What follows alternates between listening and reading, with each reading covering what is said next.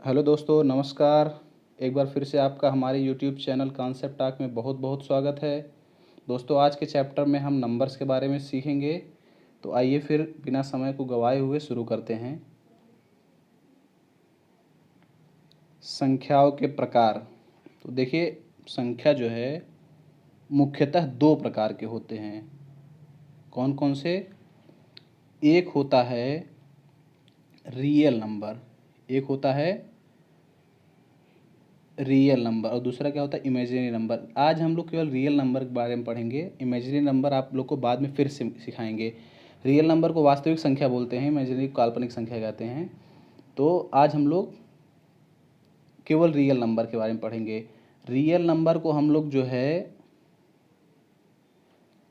Are से दिखाते हैं। रियल नंबर को हम लोग, रियल नंबर जो है इसको हम आर से, इसका नोटेशन आर होता है, इसका जो सिंबॉलिक फॉर्म होता है वो आर होता है। और इमेजिनरी नंबर का जो होता है वो आयोटा, आई, इसको आई से दिखाते हैं। ठीक है, फिर हम इमेजिनरी नंबर के बारे में बाद में पढ़ेंगे। हम लोग आज देखेंगे रियल नंबर। तो रियल नंबर मुख्यतः दो प्रकार के होते हैं। रियल नंबर कितने प्रकार के होते हैं? एक होता है रेशनल नंबर और दूसरा होता है इरेशनल नंबर, परिमेय संख्या और अपरिमेय संख्या। तो आइए फिर हम इसके बारे में डिटेल में थोड़ा सा देखते हैं, जानते हैं कि परिमेय संख्या क्या होती है और अपरिमेय संख्या क्या होती है। तो दोस्तों, हम लोग पहले देखते हैं परिमेय संख्या क्या होती है। परिमेय संख्या, तो देखिए परिमेय संख्याएं जो होती हैं कुछ ऐसे हैं। परिमेय संख्या, एक होता है नेचुरल नंबर, प्राकृतिक संख्या। दूसरा होता है होल नंबर, पूर्ण संख्या। तीसरा होता है इंटीजर, ठीक है, इंटीजर, पूर्णांक। ये सारे इंटीजर्स या natural number, whole number, integers. और एक होता है फ्रैक्शन, भिन्न। ठीक है, तो दोस्तों फिर इन सब के बारे में थोड़ा थोड़ा हम लोग जानते हैं, क्या होता है नेचुरल नंबर, होल नंबर और इंटीजर्स। तो आगे समझ में आएगा हम लोग को। तो इरेशनल नंबर का एक बार हम लोग थोड़ा सा देख लेते हैं, फिर उसके बाद आगे चलते हैं। तो इरेशनल नंबर, दोस्तों इरेशनल नंबर का जो डिफिनेशन होता है, तो ऐसा डिफिनेशन, ऐसी संख्या जिन्हें हम भिन्न के रूप में ना लिख सकें। भिन्न किसको बोलते हैं? जैसे कोई फ्रैक्शन है, पी बाई क्यू हम ले लेते हैं, पी बाई क्यू या फिर जो भी लेना है ले सकते हैं आप लोग। तो उसको हम क्या करते हैं? भिन्न के रूप में ना लिख सकते हैं, उसको क्या बोलते हैं? अपरिमेय संख्या। जैसे हम लोग कुछ एग्जांपल्स लेते हैं, देखिए जैसे एक एग्जांपल है √5। ठीक है, इसमें इसमें अगर हम लोग जब इसको आप सिंप्लीफाई करेंगे, देखेंगे ये नंबर्स क्या है, ये इन्फिनिटी तक अपना जो है, जब इसको आप √5 की वैल्यू निकालेंगे तो उसमें आप क्या देखेंगे कि नंबर की जो पुनरावृत्ति होती है वो होती रहेगी। जब आप निकालेंगे तो ये इनफाइनाइट तक इसकी क्या होगी, नंबर्स आए, पहले कुछ नंबर आएंगे, उसके बाद आगे जो नंबर्स आएंगे उनकी बार बार क्या होगी, पुनरावृत्ति होती रहेगी। फिर से वही नंबर आएगा, फिर से वही नंबर आएगा। तो इसका मतलब ये है कि ये कभी ख़त्म नहीं होगा, इसलिए इसे मतलब ये जो है इरेशनल नंबर कहा जाएगा इसको। √5 हो गया, √10 हो गया। रूट में जितनी भी संख्याएं होती हैं वो सारी क्या होंगी? √7 हो गया, ये सारी क्या हैं? इरेशनल नंबर हैं। और एक और पाई जो होती है, पाई, पाई जो है क्या है? ये भी एक इरेशनल नंबर है। पाई की वैल्यू 3.14 जो है ये रेशनल नंबर है।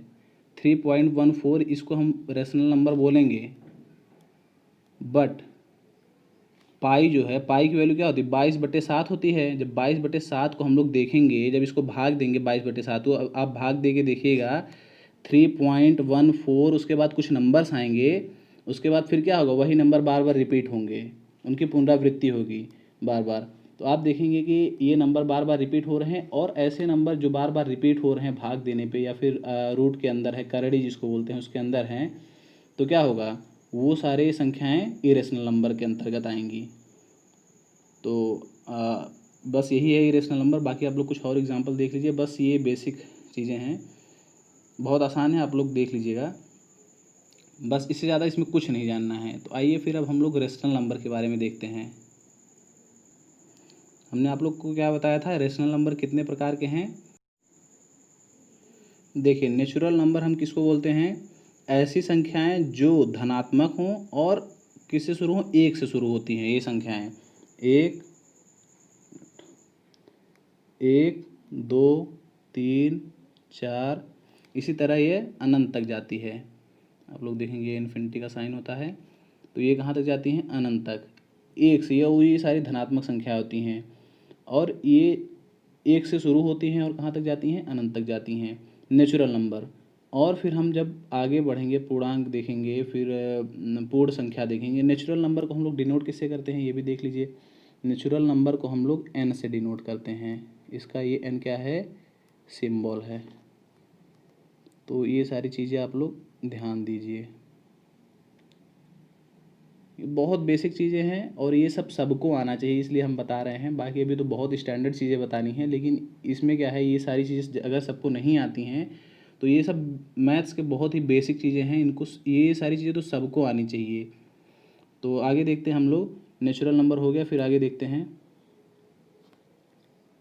आगे होल नंबर। होल नंबर किसको बोलते हैं,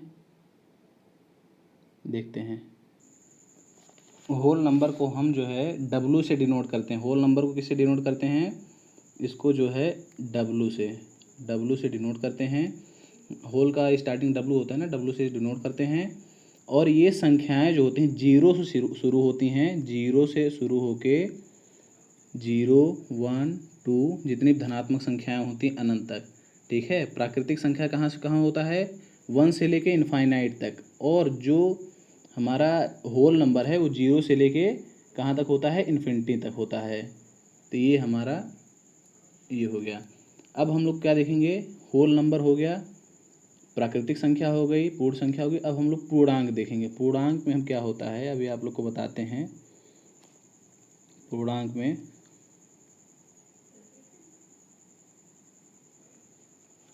तो इंटीजर का जो नोटेशन होता है, पहले हम लोग देख लेते हैं नोटेशन इसका क्या होता है। इंटीजर का जो नोटेशन या फिर सिंबल होता है वो क्या होता है, जेड होता है। ये जेड किस लिए लेते हैं, जर्मन साइंटिस्ट के नाम से मतलब ये जेड रखा गया है।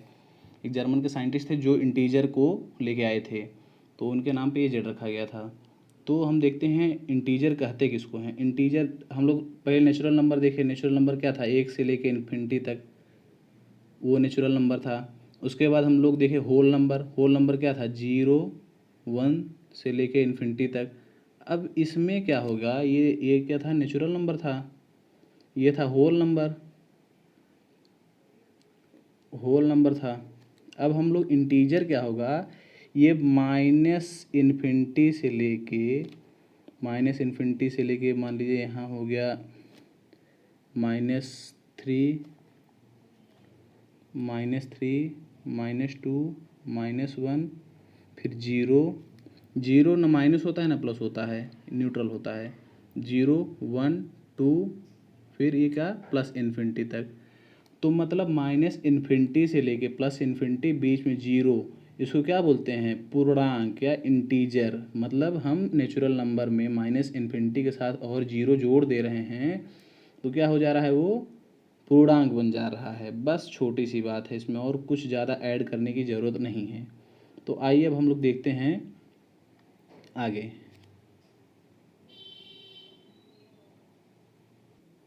देखिए, फ्रैक्शन किसको बोलते हैं। फ्रैक्शन क्या होता है, किसी भी संख्या का विभाजन या a small part of any amount. किसी भी संख्या का विभाजन क्या होता है, फ्रैक्शन कहलाता है।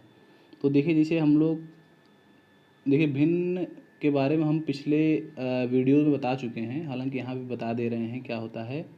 तो यहाँ पे जैसे मान लीजिए 5/6 हुआ। 5 एक नंबर है, 6 भी एक नंबर है, तो क्या हुआ, 5 को 6 से डिवाइड कर दे रहे हैं। एक छोटा सा आंसर, अगर इसको हम इसका वैल्यू निकालेंगे तो एक छोटा सा एक अमाउंट आ जाएगा, जो भी आ जाएगा। तो हम लोग क्या देखेंगे, ये एक भिन्न है, जिसे p/q के रूप में लिख सकते हैं हम, जिसको हम p/q के रूप में लिख सकते हैं, उसको क्या बोलते हैं, भिन्न। लेकिन q जो है, q does not equal to 0, Q zero नहीं होना चाहिए इसमें, तो ये क्या हो गया, भिन्न हो गया। तो बस, और इसमें और कुछ जानने की ज़रूरत नहीं है। तो ये होता है भिन्न, इसको फ्रैक्शन बोलते हैं। तो आइए कुछ और चीज़ें देख लेते हैं। सम संख्या क्या होती है, असम संख्या क्या होती है, ये सारी चीज़ें जानते हुए फिर उसके बाद हम लोग वीडियोस को बंद करेंगे। फिर अगर आपको कहीं और कन्फ्यूज़न लगे तो आप हमारे कमेंट सेक्शन में आप कमेंट कर सकते हैं। बाकी आगे देखते हैं। एक बार हम रिवीजन करते हैं। तो परिमेय संख्या किसको बोलते हैं? परिमेय संख्या ऐसी संख्या को बोलते हैं जिनको हम p बाई क्यू के रूप में लिख सकते हैं, p बाई क्यू के रूप में लिख सकते हैं। और q does not equal to zero, q zero नहीं होना चाहिए। जो उसका डिनोमिनेटर या फिर जिसको हर कहते हैं, अगर वो हर है उसको जीरो नहीं होना चाहिए। अगर वो जीरो हो गया तो फिर हमारा जो भी उसका आंसर आएगा वो क्या हो जाएगा, इन्फिनिटी हो जाएगा। और इन्फिनिटी किसी भी क्वेश्चन का सलूशन नहीं होता है। तो क्या होगा, परिमेय संख्या ऐसी संख्या कहते हैं जो p बाई क्यू के रूप में लिखा जा सके और उसका q जो होता है, डिनोमिनेटर जो होता है, हर जो होता है, वो जीरो नहीं होना चाहिए। तो दोस्तों आइए देखते हैं ये सम संख्याएँ क्या होती हैं। तो सम संख्याएँ ऐसी संख्याओं को कहते हैं जो दो से पूरी तरह विभाजित हो जाएं, दो से पूरी तरह से विभाजित हो जाएं और उनमें शेषफल कुछ न बचे। जैसे कुछ नंबर हैं 2, 4, 6, 8, 10, इसी तरह से एक्सेट्रा। तो ऐसी संख्या, अब देखिए अगर ये जितनी भी संख्याएं हम लिखे हैं, अगर इनको हम दो से विभाजित करेंगे तो शेषफल क्या आ जाएगा, जीरो आएगा। आप देख लीजिए, डिवाइड करके इसे दो ले लीजिए, 4 भी आप ले लेंगे। चलिए एक यहाँ पे एक और एग्जांपल ले लेते हैं, 2, यहाँ पे 10 रख लेते हैं। 2 एकम 2, ये क्या हो जाएगा, कट जाएगा। यहाँ पे भी 2 5 जा 10, ये भी 0 आ जाएगा नीचे। तो हम लोग क्या देख रहे हैं यहाँ पे, पूरी तरह से जो ऐसी संख्या जो पूरी तरह से 2 से डिवाइड हो जाए उसको क्या बोलते हैं, सम संख्या। ठीक है दोस्तों, तो आप लोग अगर चाहें तो लिख सकते हैं ऐसी संख्या जो सम संख्या उन्हें कहते हैं जो 2 से पूरी तरह से डिवाइड हो जाए, पूरी तरह से डिवाइड हो जाए, उनका शेष 0 बचे। तो आइए देखते हैं अब विषम संख्या क्या होती है। विषम संख्या, ऑड नंबर। ऑड नंबर ऐसे नंबर्स को बोलते हैं जो मतलब पूरी तरह से विभाजित, जो 2 से भाग देने पर पूरी तरह से क्या हो, विभाजित ना हो, उनमें शेषफल एक बचे, शेषफल एक बचे। जैसे मान लीजिए 1 हो गया, 3 हो गया, 5 हो गया, 7 हो गया, 9 हो गया। अर्थात सम संख्या के अलावा जितनी भी संख्याएं बच रही हैं वो सब क्या हैं, वो सब विषम संख्याएं हैं। तो इसमें अगर हम देखिए, जैसे मान लीजिए 5 है, 5 में अगर हम 2 का भाग दे रहे हैं, 2 से भाग दे रहे हैं अगर 5 में, तो क्या हो जाएगा, 2 2 जा 4, ये 1 देखिए हमारा रिमाइंडर बच रहा है। 1 क्या बच रहा है, शेषफल।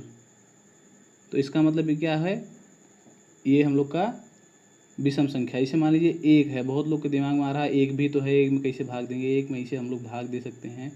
यहाँ पे 0 बार जाएगा, 2 0 में 0 आएगा, कितना आएगा यहाँ पे, 1 शेष आ गया। तो इस तरह से हम लोग देखेंगे। चलिए आगे देखते हैं, आगे क्या बच रहा है हम लोग का।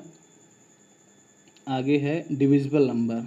डिविजिबल नंबर भाज्य संख्या किसे कहते हैं? तो भाज्य संख्या ऐसी संख्या कहते हैं जो किसी दूसरी संख्या से पूरी तरह से विभाजित हो जाए, शेषफल कुछ न बचे। जैसे मान लीजिए 36 है, जैसे यहाँ पे 36 है और ये 6 से इसको डिवाइड किया जाए, तो किसी दूसरी संख्या से जो उसको पूरी तरह से विभाजित कर दे रही है, जैसे मान लीजिए 36 को 6 क्या हो रहा है, पूरी तरह से विभाजित कर रहा है, तो ये एक 6 का डिविजिबल नंबर है। ठीक है, तो इसमें कुछ ज़्यादा नहीं देखना है। प्राइम नंबर, अभाज्य संख्या किसको कहते हैं, ये थोड़ा सा देखते हैं, उसके बाद आगे बढ़ते हैं। तो देखते हैं प्राइम नंबर किसको बोलते हैं। प्राइम नंबर, तो प्राइम नंबर ऐसी संख्या को बोलते हैं जो या तो खुद से कटे या तो प्राइम नंबर ऐसी संख्याओं को बोलते हैं जो या तो खुद से डिवाइड हो या तो 1 से डिवाइड हो, जैसे एग्ज़ाम्पल 1 2 3 5 7, इस तरह से देखिए 9 3 से कट जा रहा है तो 9 को नहीं लेंगे, 9 जो है 3 से डिवाइड हो जाता है। 7 के बाद 11 आ जाएगा, 13 आ जाएगा, 15 नहीं होगी कि 5 और 3 दोनों से डिवाइड हो जाता है, 17 आ जाएगा। इस तरह से ऐसे बहुत सारी संख्याएं हैं जो प्राइम नंबर्स होती हैं। तो एक अगर हम लोग से पूछा जाए, क्वेश्चन बहुत लोग पूछते हैं कि सबसे छोटी प्राइम नंबर मतलब अभाज्य संख्या क्या होती है, तो सबसे छोटी अभाज्य संख्या, सबसे छोटी अभाज्य संख्या कौन सी होगी, 1 मिनट, छोटी अभाज्य संख्या कौन सी होगी, सबसे छोटी अभाज्य संख्या हमारी होगी 1। अगर कोई पूछ लेता है सबसे छोटी सम अभाज्य संख्या या सबसे छोटी विषम अभाज्य संख्या कौन सी होगी, तो ऊपर हम लोग देखते हैं, यहाँ देखिए सबसे छोटी अभाज्य सम किसको कहते हैं, 2 4 6 8, जो संख्या 2 से डिवाइड हो जाए पूरी तरह से, शेषफल 0 बचे, उसको क्या बोलते हैं, सम बोलते हैं। जैसे देखिए एक ये सम है, और बस एक ही ऐसी संख्या है जो सम अभाज्य है, तो 2 क्या होगा, सबसे छोटा या फिर एक इकलौता सम अभाज्य संख्या, ठीक है। तो यहाँ पे हम लोग इसे क्या बोलेंगे, सम